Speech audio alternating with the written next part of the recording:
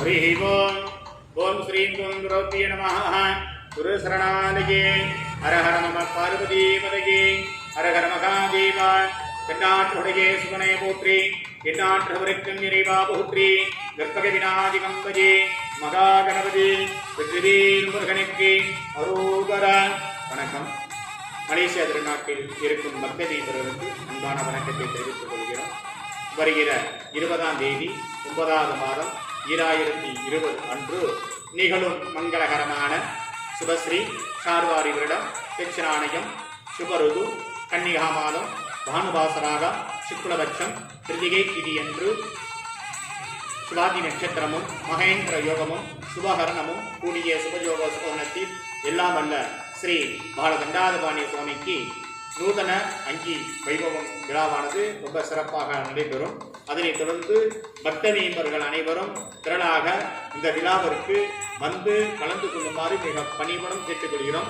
இதனுடைய அழைப்பாக ஏற்றுக்கொண்டு வருகிற 20ஆம் தேதி 9வது மாதம் 2020 அன்று காலை 5 மணி முதல் மதியம் 1 மணி வரை இந்த நிகழ்வானது முதல் காலமாக காலை அதிகாலை 5 மணிக்கு தேவதானிகை என்று சொல்லக்கூடிய பெற்று அதன் பிற்பாடு பூர்வாங்க விக்னேஸ்வர பூஜை, அதனைத் தொடர்ந்து எஜமானசிய மகா சங்கல்பம், அதனைத் தொடர்ந்து வர்ணகும்பம் புண்ணியாவச்சனம், அதனைத் தொடர்ந்து மகாலட்சுமி கடாட்சரம் வருக கோபூஜை என்று சொல்லக்கூடிய கோமாத பூஜை நடைபெறும். அதனைத் தொடர்ந்து வேதிகா பூஜை என்று சொல்லக்கூடிய பிரதானமூர்த்தி பாலதண்டாதபாணி வேதிகா பூஜை நடைபெறும்.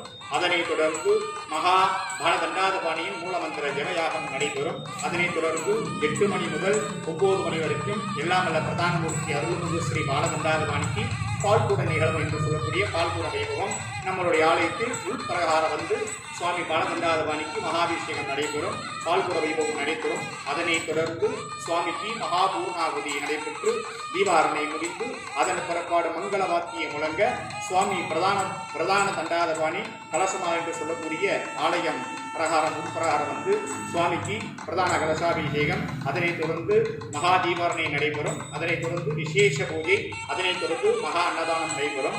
இதனைத் தொடர்ந்து அந்த நிகழ்வானது மகா பிரதானமூர்த்தி நமக்கெல்லாம் அருள்மிகு ஸ்ரீ பாலதண்டாதபாணியினுடைய கடாட்சரம் பெற்றுமாறு ஒரு பணியுடன் கேட்டுக்கொள்கிறோம்.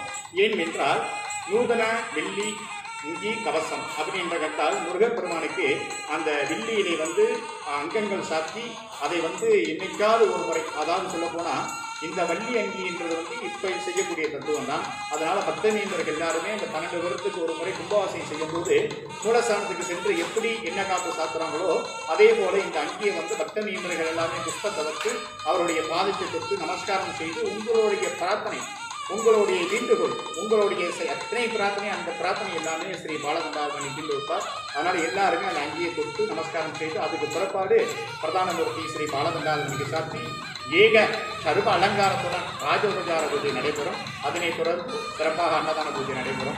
இந்த விழாவை ஏற்றுக்கொண்டு எல்லா பக்த மீன்பர்களும் தவறாமல் ஸ்ரீ பாலதண்டாதபாணி திருவருள் கடாட்சம் பெறுமாறு மிக பணிவுடன் கேட்டுக்கொள்கிறோம். அதனைத் தொடர்ந்து இந்த மலேசிய திருநாட்டில் COVID-19 என்று சொல்லக்கூடிய இந்த கிருமி என்று சொல்லக்கூடியது SOP விதிமுறையை ஃபாலோ பண்ணும்படி மிக பணிவுடன் கேட்டுக்கொள்கிறார்கள் சபாத்வரம் திருமுருக ஆலய நிர்வாகஸ்தர்கள். அறிவோம் தென்னாட்டுடைய சிவனை போற்றி எந்நாற்றவருக்கும் விரைவா போற்றி வெற்றிவேல் முருகனை அரோ